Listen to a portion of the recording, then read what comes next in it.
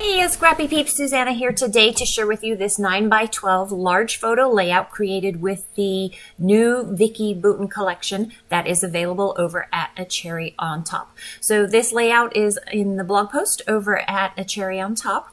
I printed this photo with the idea that I was actually going to do a 12x12 layout, but I really liked it as a 9x12. And so I have this green piece of paper that I want to put down that side to fill in that strip there, but I want to maintain as much of that tree, so the brown on the right hand side, as I can, because it provides a nice contrast to the brown on the other side. And so I'm filling in that white space there with that green. You can see I had thought I would have a torn edge just to sort of soften that, but I actually really prefer it as a straight edge. And then this layout is really about currently. So things that she is currently enjoying, because it's been a really, really long time since I've done one of those for my 17-year-old daughter, who's a senior in high school. So I want that border strip. And then I thought that I would use this tag. I would cover the reading with something, with one of those currently's actually. But it doesn't really, it blocks that tree. So then I thought I would put that strip down the side, but it makes the layout very, very long, very vertical. By putting the currently horizontally, A, it kind of anchors the photo, and B, it makes it less tall and a little bit more proportional because I do have that long strip down there. So my very favorite Spellbinders dies. I'm going to cut some fall leaves as well as 2 acorns from this newsprint paper. And I thought that I might have edged the edges with some Distress Oxide ink to add some additional color, but I really like the color that's in the photo, and I like the way that these leaves sort of, they go with her off-white ivory sweater, and they play off of that. So this photo, you can see the flare, but when I put the warm filter on, it softened the flare, but you really needed the flare in that tree. And that's why I had to go with a long photo as opposed to the square photo that I originally thought I was going to go with, because that flare, it explains sort of that whited out middle of the photo, but that whited out middle emphasizes my daughter. And so you kind of had to have all of those pieces for the photo to make sense and for it to work with as is. So I am cutting out the acorn, and you can see I cut out one of those blue squares. Her jeans are blue, and they're the only blue thing in the layout, really. And you'll see as I pull out the ephemera pieces that I do try and incorporate a little bit more than the orange and the green. I thought that maybe I would be able to use some of the blue ephemera pieces, but they're the wrong blue. The blue that is in that particular piece of pattern paper is very different from the blue in the ephemera pieces. And then the other thing that I struggled with, you can see how this is sort of, it's distressed. All of it is distressed. Vicki's stuff is always distressed, right? But the stickers, because they're printed on sticker paper, they have a sheen to them and they don't have that distressed feel. So you almost need to sand them to get the sheen off to continue the running theme of that distressed look. And honestly, I didn't really think about that at the time that I was creating. I just knew that I was struggling with the shiny versus the things. And then also the blues in the pieces of pattern paper that I got and in the embellishments are not the same blues. So it was really hard with the color palette that I was working with to try and tie that all in.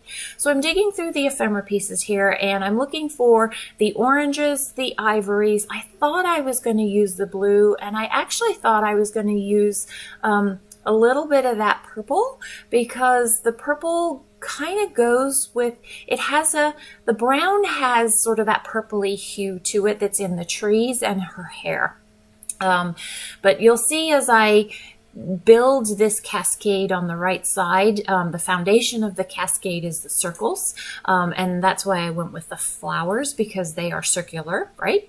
And then you can see you've got a lot of greenery and leaves, colored leaves in the photo, and so I want to have a little bit of that.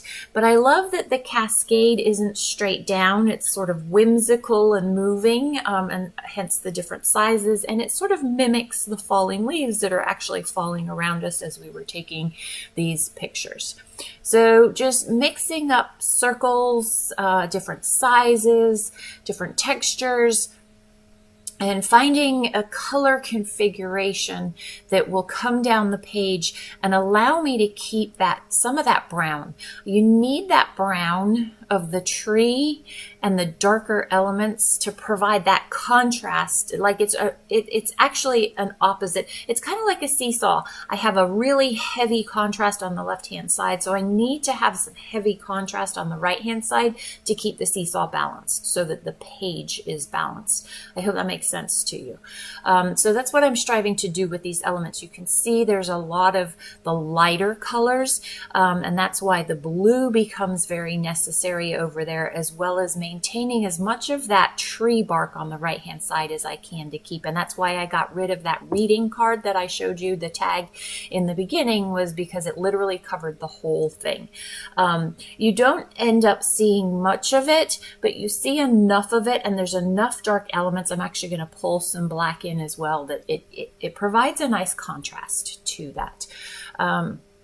So I am using some jute string that is not from the store, that is from my stash, to just again give that sort of more organic, earthy feel to this tag. And I will actually do that to a second one of the tags, a green one, and go ahead and pop that up on some double-sided foam. I also am going to, there you go, layer that up so that you get a nice contrast of color there. There's a lot of shuffling. There's a lot of Suzanna shuffling in this layout. It's not the title, although I think I do end up doing a title shuffle here. And so you can see that stark white space. And so I want to pull a few of the elements over into the middle of the page or towards the center of the page in order to deter that stark contrast between the lights and the darks there. You can see I've got that blue circle, and so I end up having 3 of the bluer elements which tie into her jeans, and that piece of the tree limb that's at the very top in the center there almost has a blue hue to it too. So there's a nice cascade of the blue down as well, which kind of helps pull it all together.